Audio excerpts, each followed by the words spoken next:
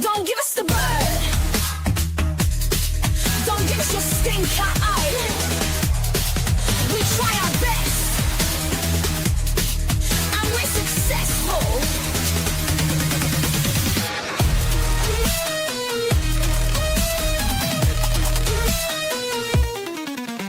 Come watch our show.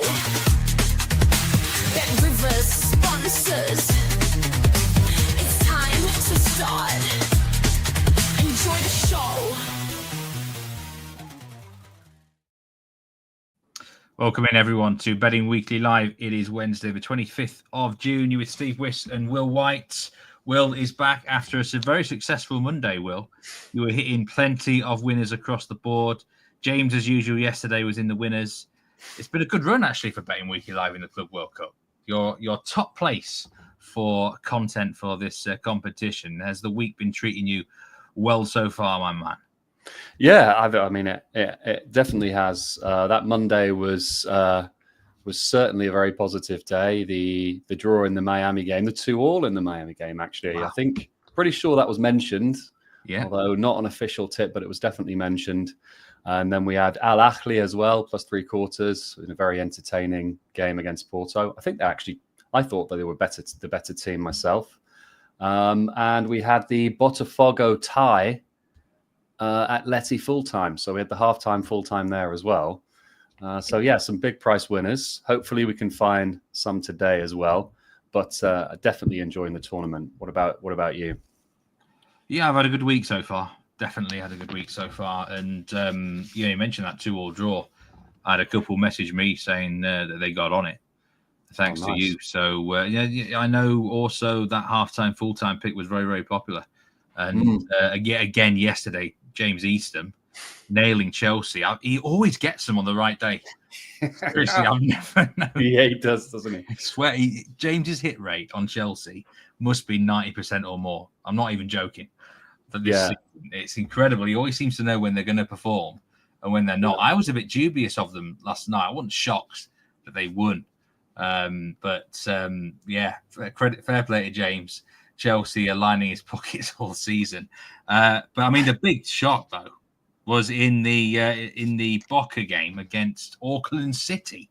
I mean, we didn't even offer odds. Bet Rivers didn't even offer odds on the money line pre-game. But I do know that pre-match the draw was as big as 50-1 in some places, possibly more in certain quarters. What an incredible outcome. I mean, the weather delay, I do think that has to be considered. But, I mean, you suggested the under 6 goals on Monday. I mean, it's clearly covered that. Thankfully, on this show, nobody at any point said, go for Boca handicap, go for Rovers, even take them in the parlay. I mean, that is an incredible result. 50-1. I can't think of a bigger outcome that's come through in the last year or two in the soccer world. Yeah, I can't think. I mean, like you say, no offers, Boca, right? So you literally couldn't back them. And I think if they were backable on the money line, you're looking at like minus 25,000 or whatever the UK equivalent. 1.01 is the kind of like the fabled, like as low as the odds can possibly get. I'm not sure exactly what the Bet Rivers equivalent is. Probably something like minus 100,000.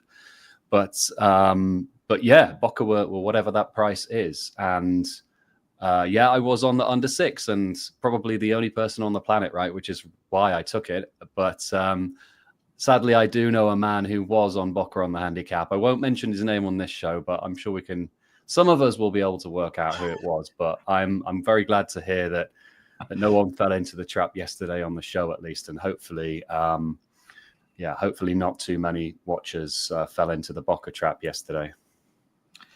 Yeah, I think anyone who was involved in that game, I do have a bit of sympathy in terms of the weather delay. I think Boca would have won in normal regulation. I don't think they'd have won big, but I do think they'd have won or maybe covered a few more lines. They got the corners that I needed. Will, they had about 20 corners. It was incredible. Yeah, that was the game plan, though, wasn't it? When they started Cavani and Merentiel, it was pretty obvious what the game plan would be. So. Yeah, well done on that play. That was definitely a good one.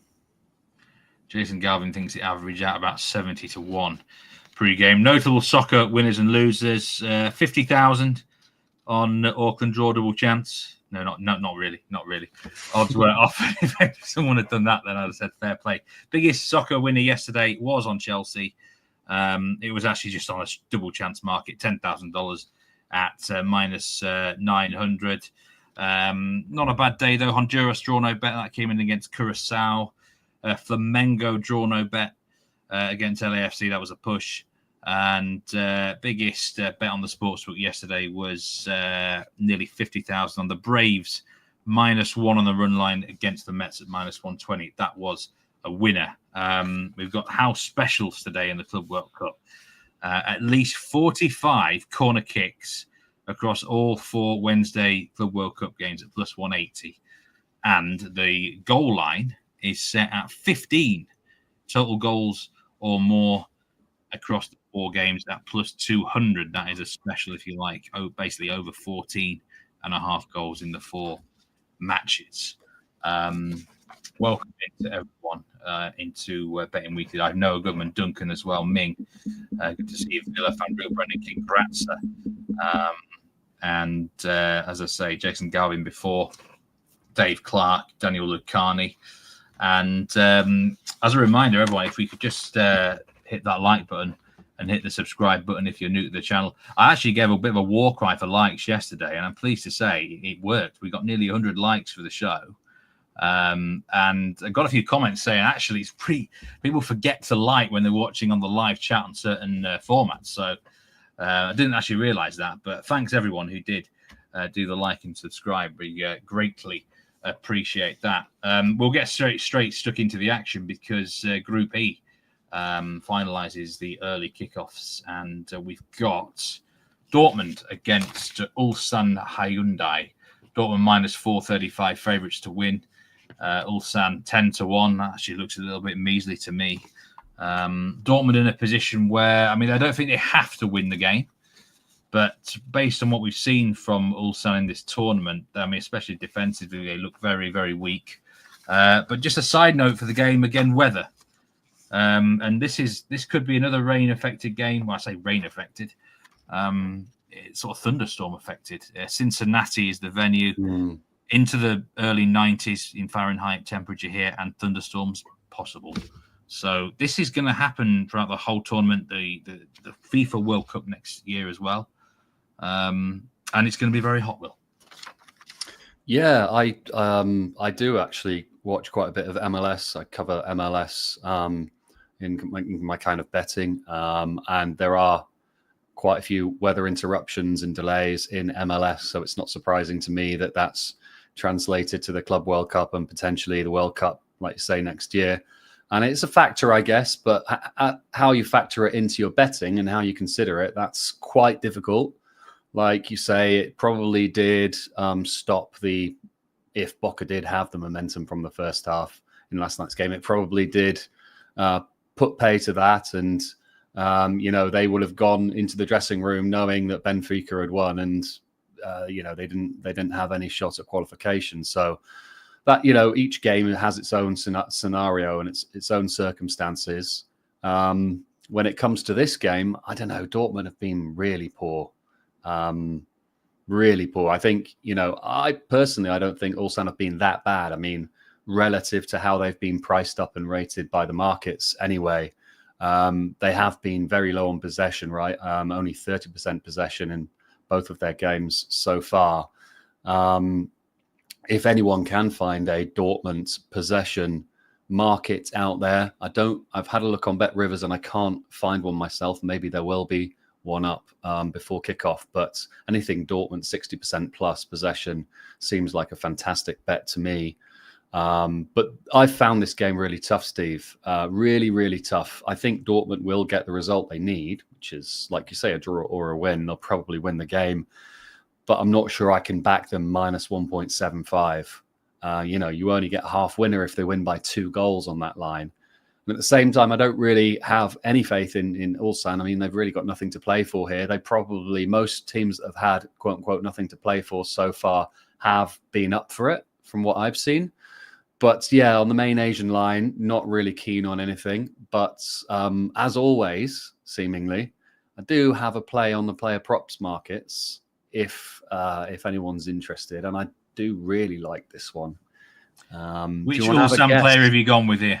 It's not an Ulsan player, actually, Steve.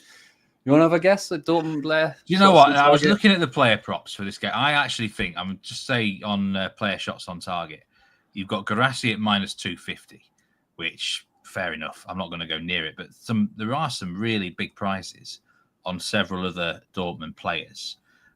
Julian Brandt always tempts me in this market. But it wouldn't surprise me if it's any of 4 or 5 will, because Bet Rivers have certainly dangled a carrot on the other Dortmund players. That's exactly it. Guirassy's -2,000, I think, to have over 0.5 shots on target, which is that's mind blowing, right? You can't bet that, and I think he'd be heavily minus money for over 1.5 shots on target, maybe even 2.5, which is kind of ridiculous. And you took the words out of my mouth. It's Julian Brandt. How is he -130 compared to -2,000 for Guirassy? Almost certain to start in an advanced role. He averages 0.73 per 90 over his career. And given that Dortmund are -1 3/4 goal favourites, likely to have 70% possession and have almost all of the play, that to me is way too tempting a carrot that's been dangled by the Bet Rivers traders. And I'd encourage anyone that can still get that price to get on it as quickly as possible, really, because I can't see it going off at -130. I'd imagine closer to -200 would be fair there. Yeah, you're right. Sorry, Guirassy's -2,000 for a shot on target. Imagine backing that and he went lame after 5 minutes. He wouldn't be too happy. He's probably got his shot in target in before that, in fairness. But actually, it was in the score any time market. I think with some really juicy prices for the Dortmund players. Guirassy is -250 in that. And you can take your pick on. I mean, Brandt's nearly +300 there. Joe Bellingham's shorter, incredibly. Yeah, Brandt is the one, I think. You know, you've got, the likes of Adeyemi. We don't know if he's going to start. He's +155. But, let's see what happens there. It's going to be interesting in terms of the breakdown of the money. Most of it on Dortmund, as we might expect, 98%. There's more money on under than over here, 58% of it on the under. And you know what, Will, if this was just in a normal match in normal conditions, say, average temperatures, I would smash the over. I'd go over 3.25 because I think Ulsan defensively are terrible. Dortmund usually have goals in them. But this heat, it really could drain the players and Dortmund might go into result mode, just get what they need. So if I had to take the over goal line or the Dortmund handicap, I would go the Dortmund handicap, but I'm not going to take either because I don't like it when teams are happy with a 1-0 win. And we're not 1-0 wins no good for handicap backers or over/under backers as well. Just looking at some comments for the game, Real Brandon King's got Dortmund -1.5 and he's regretting it. The possession line apparently 67.5 says Pedro Machado. Is that too high? That does seem about right, actually. Pedro, what do you think, Will? 67.5, Dortmund going over that for possession? I think that's probably about right. It's probably a percent or two too low, but not sure. I was hoping the line would be more like 62.5, but 67.5 is definitely more accurate than what I was hoping for. But so I was a bit distracted there by Brad Betts Footy's comments. I think that's an interesting point.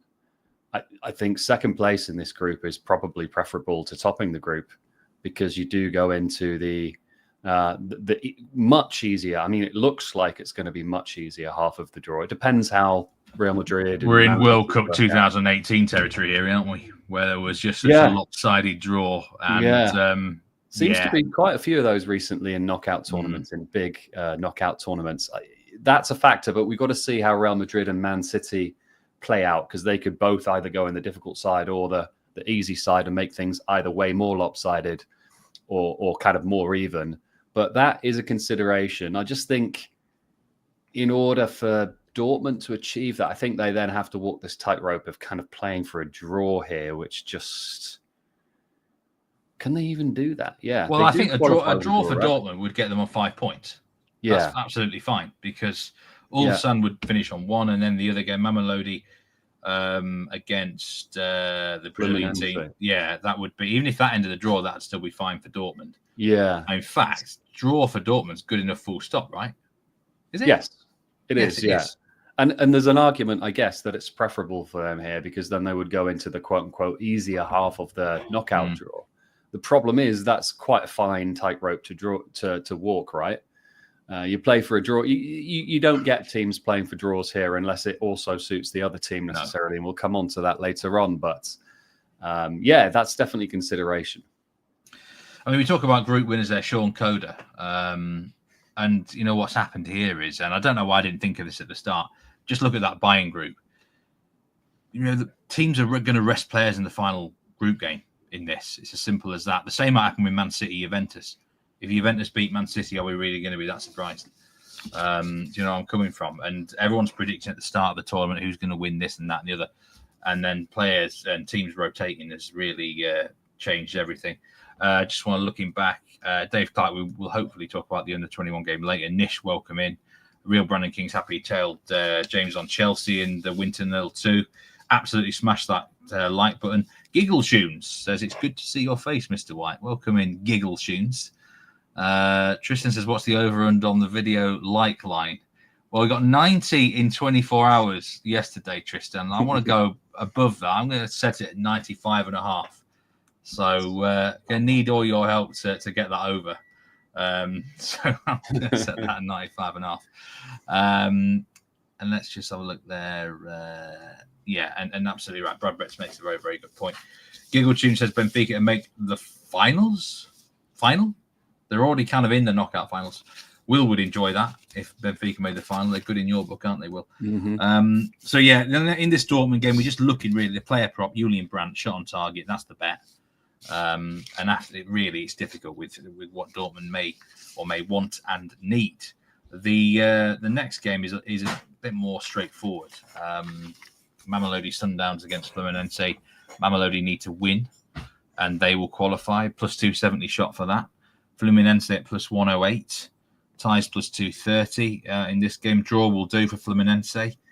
Under 2.5 goals is minus 148, which that does seem quite on the low side, considering this is a must-win game for Mamelodi. It could potentially be open. Another match here at the Hard Rock Stadium in Miami. It's had so many games, hasn't it, at this stadium? And there's sort of mixed results on it and over-underline. I mean, someone was asking whether Mamelodi can pull up a shock, and they've been, quite a plucky team in this tournament. But I mean, in terms of overall quality, this is a big reach for them to have to win the game, surely. I don't know. I quite like them, You're another one who likes them. Yeah, a lot of people like them at this tournament. Yeah, no, I quite like them. I think both these teams have been impressive so far. I mean, if you look at the 4 games involving these teams, they've won the XG battle respectively in all of them, and that's both of them beat Dortmund in the XG battle.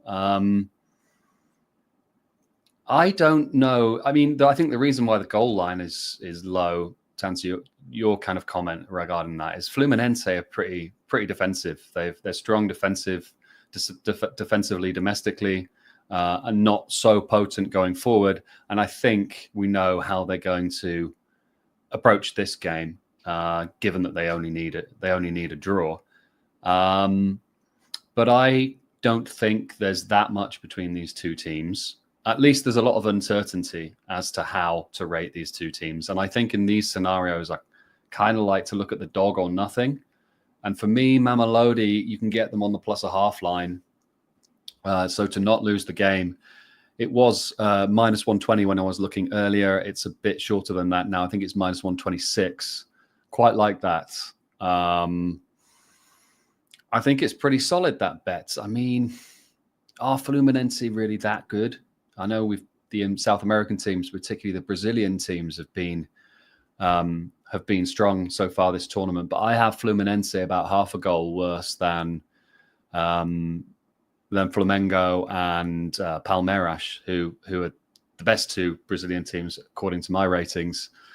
So yeah, I kind of like Mamelodi. And then I've also got some player props that I'll get onto once I've heard your take on this one, Steve, because I'm kind of intrigued to hear your view as well. Yeah, I'm thinking both teams score yes here, actually. -114, there's a couple in chat suggesting that as well. Just because it is a game where, it's must win for Mamelodi.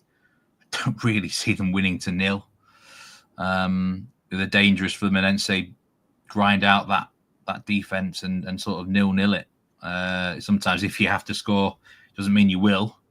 But when both teams to score is nearly even money, you don't get that too often in general soccer these days. That's definitely did catch my eye. I don't think Mamelodi will qualify. I'll say that in terms of thinking. In terms of the actual odds for the game, I'm intrigued to hear that you actually rate them reasonably well. So that +270 might not be such a bad price for those who like it. I know there's quite a lot on Mamelodi to qualify for the next round. So, good luck to you out there. In terms of player props, I suspect we've certainly got one exactly the same. And it sounds like you got maybe a few others on the board here. We'll take them through it. Yeah, just on Mamelodi, our man Lewis Jones, he's on them to win the tournament, I believe. Yes, 250 to 1. He's officially tipped 250 to 1. So, another guy that knows his stuff. That it seems to me that there are a lot of shrewdies out there that have seen something in this Mamelodi team. Even before having watched them in this tournament, there are people that kind of know a bit more about their business model and the way they approach the game, the club, the management, the club, and they seem to be fans. So I think they've got quite an analytical approach from what I've heard anyway. And I'm always a fan of those teams. So yeah, I like them to avoid defeat here, but onto the player props. There are two that just look really undervalued for Mamelodi. And it's two of their front three, Ikram Reyes, to have over 0.5 shots on target. He had one against both Dortmund and Ulsan, and he's -120 in that market. And then a much bigger price, and I can't really get my head around this one, but another one of their front three, Tashreeq Matthews. He's +180, Steve, to have over 0.5 shots on target. He also had one versus Dortmund. He didn't against Ulsan, but given the conditions, we might only get 70 minutes from these guys. So that's a consideration. But I think that's just, both of those are a bit too big. Those would definitely be my picks. Ikram Reyners and Tashreeq Matthews. Yeah, Reyners is my pick for the player props here. I think shot on target -129 is absurd.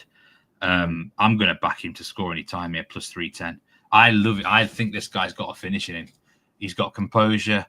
When he's through on goal, I'm definitely confident he's going to score. I really like he's 29. It's a shame he's not a bit younger. I could see him getting sort of a decent move to Europe. He's never been outside of South Africa. He looks like a late developer. Like he's got 10 South African caps. They've all come since the start of 2024, and he scored 4 goals in his 10 caps. This can happen occasionally. I remember a bloke in France called Steve Savidon down the years. He started to get really good about age 27, 28. So, yeah, look, Ikram Reyners is definitely a player to watch. I think the shot on target is a must bet, and I think anytime score here, +310. Tashreeq Matthews is a player I know a lot about. He used to be up there in Sweden. Yeah, I nearly interviewed him for a podcast I do, actually. Wow. Seriously, yeah, nearly interviewed him. Yeah, he used to be a really good player to watch up there for Sirius, actually. I think he played for Helsingborg as well, maybe a couple of other in Scandinavia. He's good technical player. So that's a good point. I didn't even actually. Yeah, I mean, where is he on the shot on target? How much is that for a shot on target? What was his price? +180.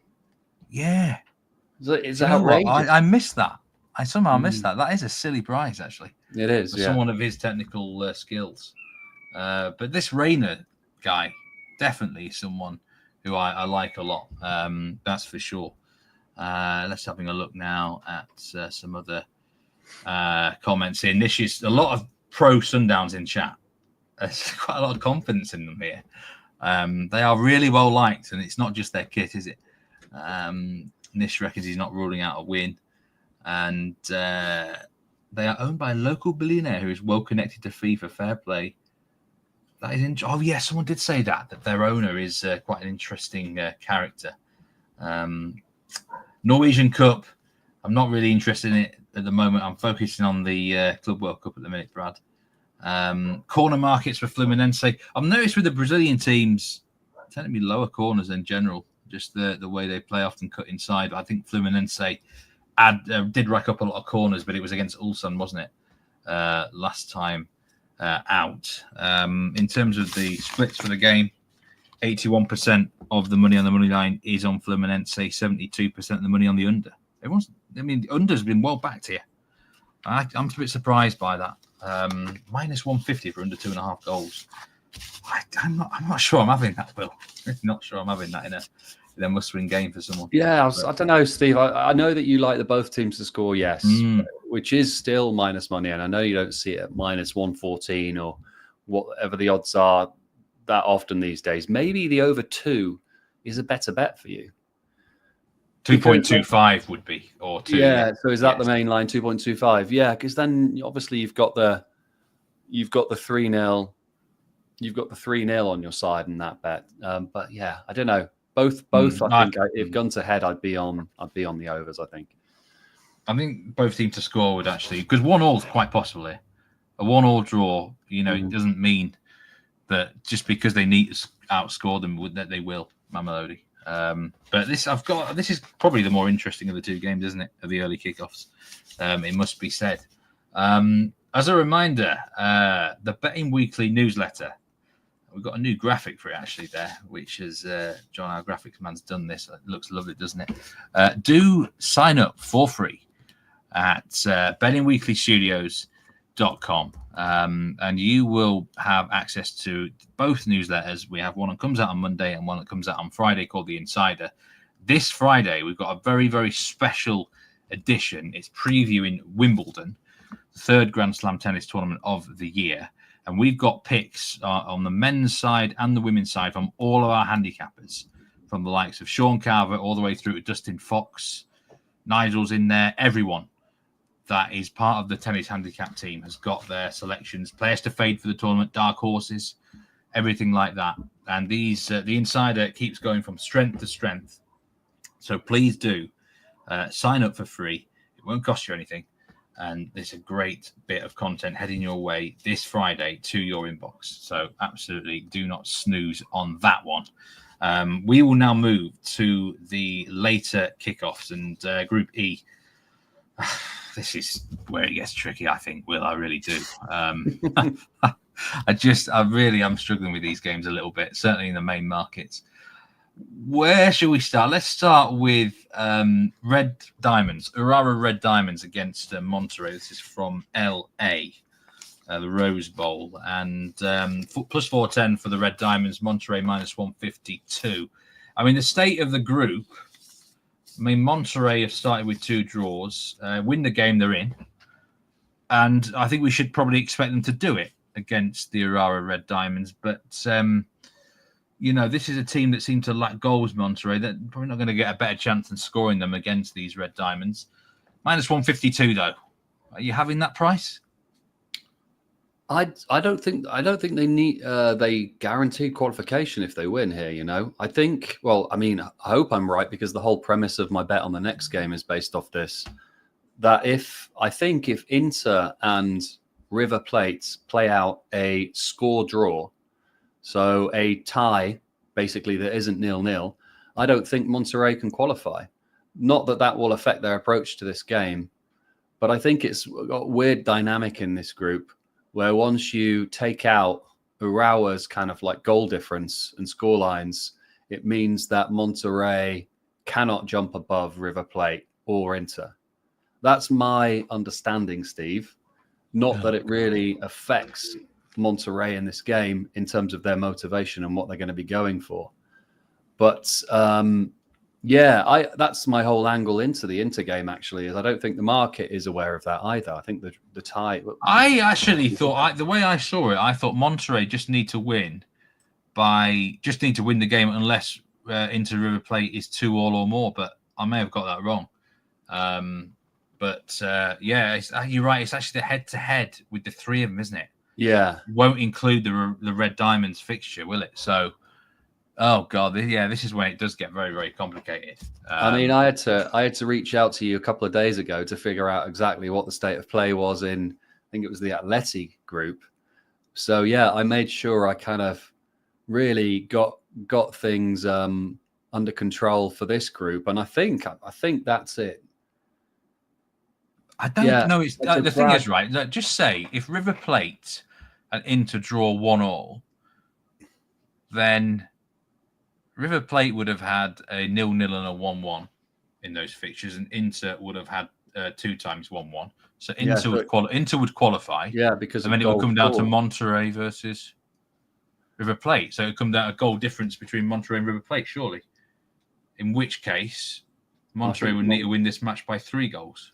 No, because this match wouldn't factor into the calculations because it's not involving one of the 3 teams involved in the head-to-head. But they would be tied on the head-to-head. I don't know. Would they be tied? I think it would goals scored. I think River take it on goals scored. Right.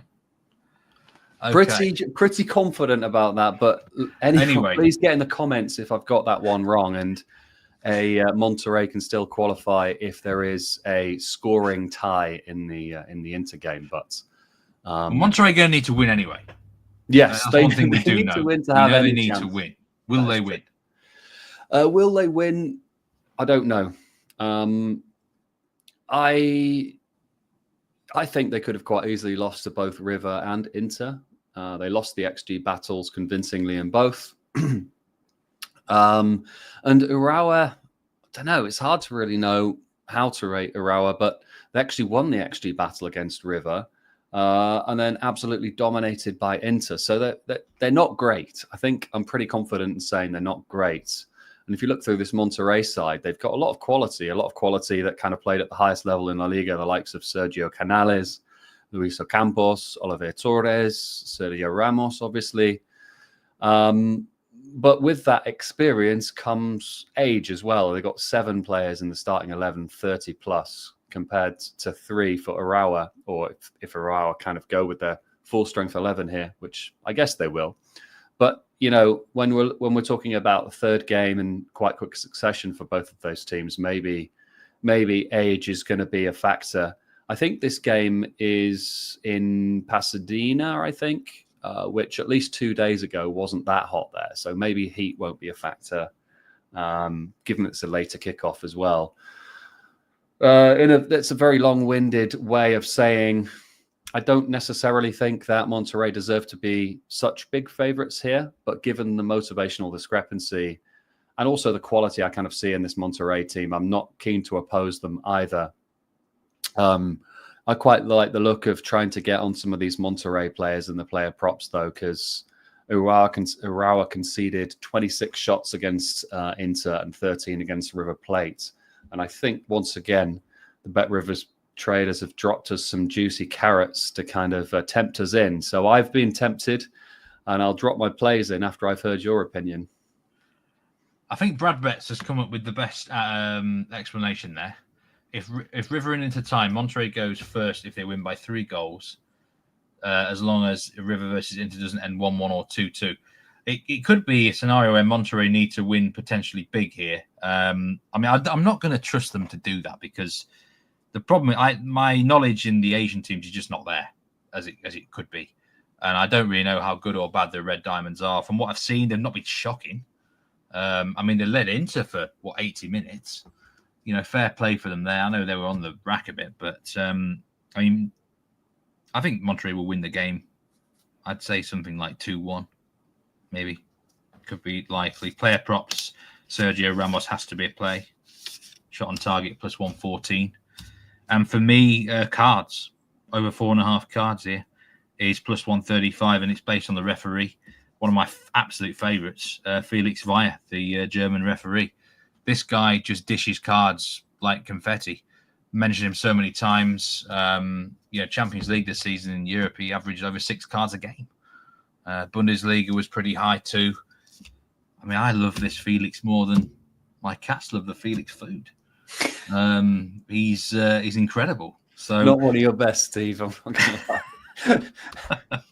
And you got Monterrey, you got a Mexican team involved. They're going to go for it. Urawa Red Diamonds have actually picked up several yellows as well. Monterrey might start getting frustrated by news from the other game potentially as well. So I've got with Zavira involved. He just doesn't take any nonsense. It really doesn't. No patience like some of the South American refs and stuff.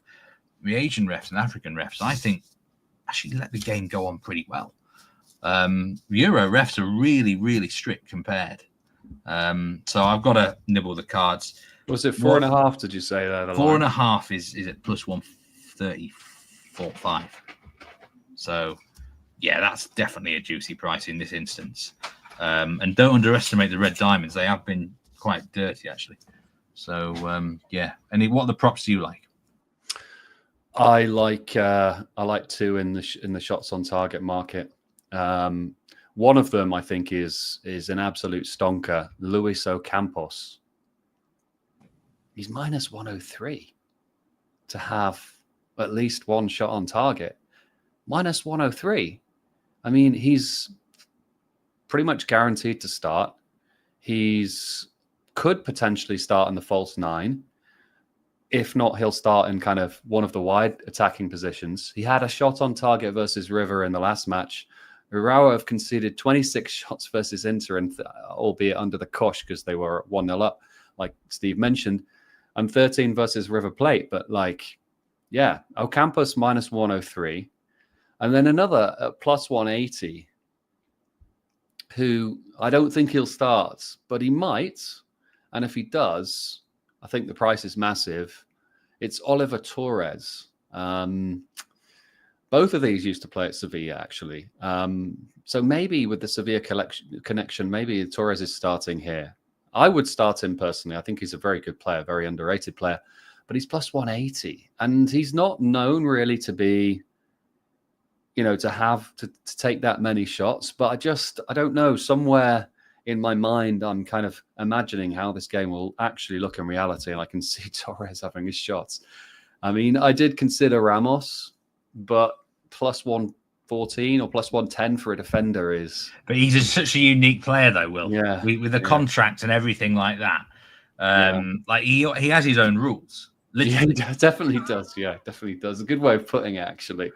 Yeah, he doesn't really fit the mold in any way, and I don't think you can come up with rules for Sergio Ramos. I think he's one of those players that if he wants to get involved at that end of the pitch, he will be getting involved, especially if Monterrey kind of need a late goal or any other scenario that could allow him to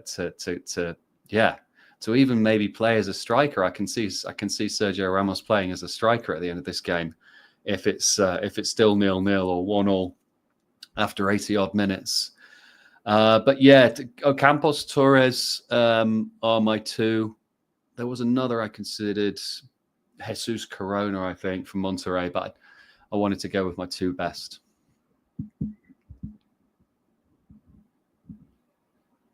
For me to really look at it, just make a goal difference. And that will sort a lot of things out. And look, I think the more I've been thinking about it, I've actually managed to compose myself here. I think Brian M is spot on. If that Inter-River draw is a score draw, that's enough for them. Because it will go, because it will go on the goal score between the Inter-River and Monterrey games. So if it's a 1-1 draw or more, then these guys are in.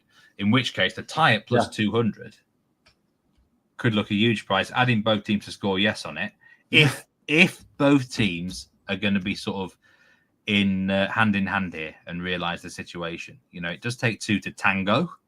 We've got an Italian team and an Argentinian team here against each other. Inter against River. This is from Seattle. River Plate here plus 300, Inter plus 112. But we've got to consider that draw potential here. Both teams score yes, minus 150. Is that an auto play? Like 0-0 clearly.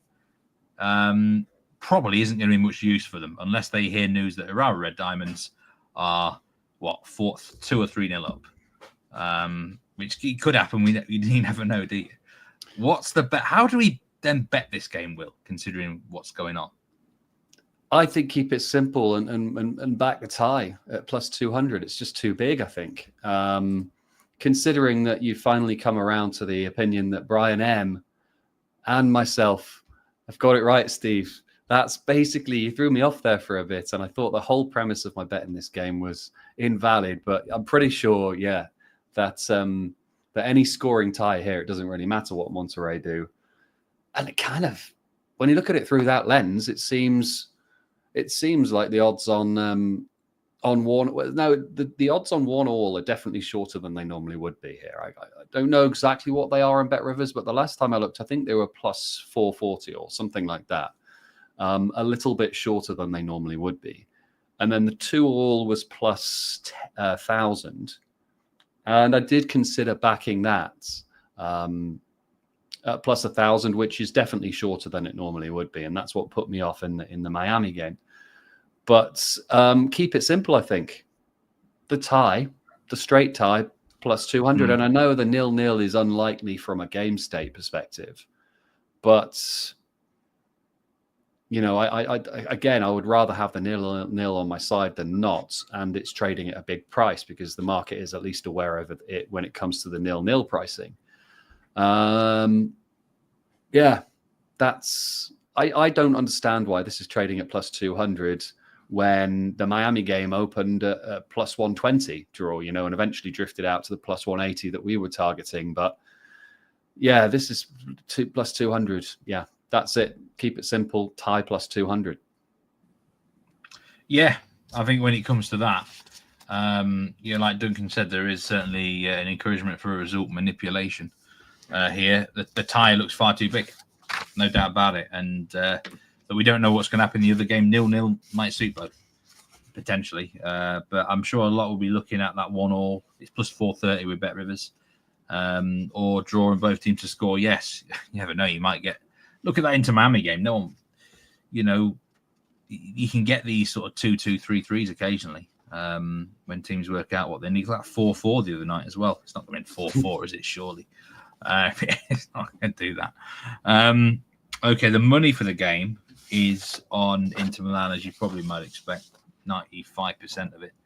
And 64% of the over-under money is on the under for this game. Let's just see how it goes later. I don't think I'll be up for it. My brain's frazzled just thinking about it all now. So goodness knows what it'd be like for me at 2 a.m. in the morning over here. These matches are 6 p.m. local time. Heat's not going to be a factor, like you said, Will. Certainly not in Seattle. It's warmer in Yorkshire here than in Seattle. But LA has not been particularly brutal as it of late. So, that's not such a factor as normal. I think rule number one, Steve, moving forward for both of us is nail down the game state in these final round group stage matches. That's got to be step number one before we start thinking about anything else. I've never had this, honestly. Normally I'm bang on it, and I've got it wrong. I think I've got it wrong from what I thought it was. This is a rare event, which just shows you how ridiculous it kind of is to a degree. I'm normally not very strong on that kind of thing myself, and it takes a while for me to get my brain to start thinking in those terms. But I do have a couple of player props as well in this game. Okay, these ones I know that the show is going to be a fan of these plays because we've got Denzel Dumfries. Oh. He is probably the poster boy of this show, and he's plus 175 to have a shot on target here. I mean, wow. The guy averages an astronomical 0.92 per 90 this season. For his position, that is. I mean, I wouldn't be surprised if that's him and Hakimi are probably 1 and 2 globally in regards to those metrics, but he shouldn't be plus 175. No. And then what if I were to tell you that Maximiliano Meza was to start on the left-hand side of this River attack again, and he's plus 255 to have a shot on target? I mean, that also seems very hard to resist Sod's law, like one of those two won't start now. But if they, as we've said time and time again on this show, if they don't start, you get your stake refunded. So you have that security of taking these bets and not having to necessarily be too concerned about them starting or not. So yeah, Dumfries plus 175, Meza plus 255. Even if one of those cashes, you're going to make a nice healthy profit there. I think Dumfries kind of has his own rules as well, really, because he is, in my opinion, the best player in the world in his specific role. Hakimi, for me, is more of a fullback, really, than actual genuine wing-back. For me, Dumfries is absolutely superb in that. Cards were actually on my radar for this game, but I'm scrapping that now with this new game state situation. I did all my research into Ilgiz Tantashev, who is an Uzbekistani referee, right? But I'm not interested now. If we're going to get contrived results, then often you get not many cards. But yeah. I mean, with River have been really dirty this tournament, like proper dirty, in the cards, both games so far.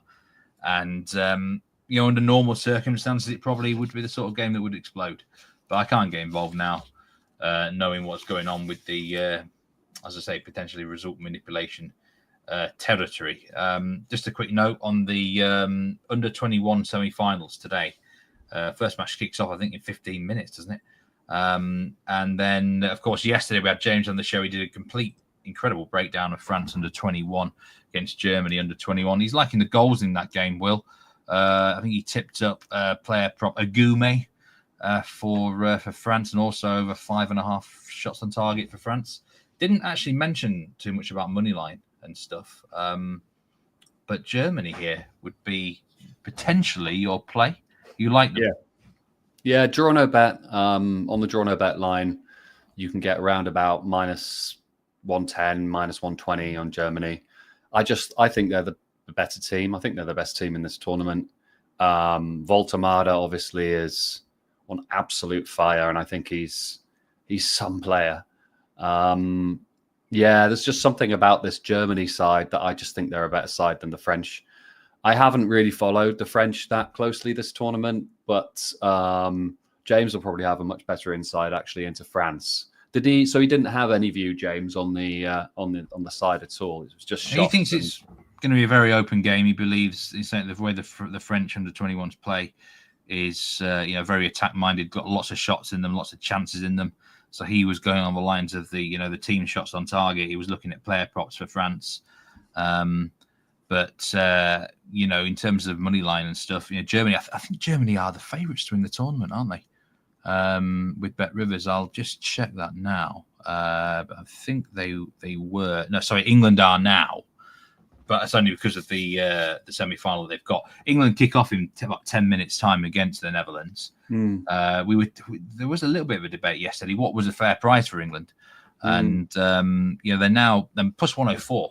It's 10 minutes to a kickoff. Are there England under 21s really that much better than Netherlands under 21s? I don't know, but I think on paper they are. They probably are, but I don't know. I don't know if I'd be trusting them at that price. I certainly think they deserve to be favourites. I think the odds on that are probably about right. Yeah, I think Dan Roebuck has an outright ticket on the Netherlands under 21. To win the tournament, so he can get some of his money back from the Boca. Yeah, you knew exactly who I was talking about, didn't you? Yeah, yeah. So he'll be certainly hoping that the Netherlands can get a result there. But Will, we're out of time. Oh, just one before we go. The house specials. What we're doing? Over 14.5 goals across the 4 games. Are we taking that or not? Plus 200. I don't think I am. No, I'm not taking it. Sorry to Bet Rivers traders on that one. And it's not tempting enough. But I tell you what, 45 corner kicks, over 44.5 corner kicks across the 4 games at plus 180. I think that is the one I would definitely nibble at. There's been certain matches where corners have exploded in this tournament. Like the overs, some of them have gone way over. So I could see that. I don't know which game, but I could see it. That definitely is the better house special to me. Over 44.5 corner kicks at plus 180. So I think best bet, of course. What's the best bet? Best bets. Best bet. Rainer shot on target for me. Sundowns. There are so many good shots on target bets today. There is a lot in there. I really like the tie in the Inter Milan River game as well. Just at a big price. It's too big, plus 200. Obviously, we're still more likely to lose on that than to win, right? At plus 200. You've got to kind of based on the odds, yeah. But that's based on the odds. And based off of realistic, you can't really have a draw higher than 50% pre-match. That's kind of ridiculous, chat. But I do like that. Julian Brandt, definitely bet of the day to have over 0.5 shots on target. Yeah, minus 130 with Bet Rivers. Will, it's been a great pleasure this week, Monday, Wednesday. Good luck with all your plays. I think we've got some cracking plays on here. I do hope several of them cash and we get the winners that we deserve. But thank you everyone who joined live or on demand. Remember, we need those likes. I've set the likes line at 95.5 for this video, so get liking, please. I want the over. Surely it has to go over now that we've plugged it so much. I mean, we've got to go over. Well, yesterday I was like, we made a point yesterday, me and James's show on Friday. I think it was 1,400 views and just 48 likes, which is like 3%, which for me, that's just very strange. But it, often to do with like who's watching live, it's not easy to, remember to click like. But also the Betting Weekly newsletter, do remember that one. Sign up for free. bettingweeklystudios.com, and you'll get that inside of the special Wimbledon edition in your mailbox this Friday. The action continues, of course, on this channel throughout the rest of the day. In about an hour and 10 minutes time, Nigel Seeley's back on Betting Weekly Tennis Live with Mitch Michaels today. And then later on, we've got Betting Weekly Hardball. We've got Adam and Wes on that show. Wes Reynolds with Alan the Bull, and then Doug Kazarian with Albert and Gwen later on Betting Weekly Fast Break. That's at 3 p.m. and the Hardball's at 2 p.m. So do join us for those editions later on. And it's goodbye from me and Will. It was a pleasure as always. We'll see you next time on Betting Weekly Live, yeah? Yeah, all right, mate. All the best and good luck to everyone out there in tonight's pretty exciting football card. Very, very good. Take care everyone, and we'll see you next time on Betting Weekly Live.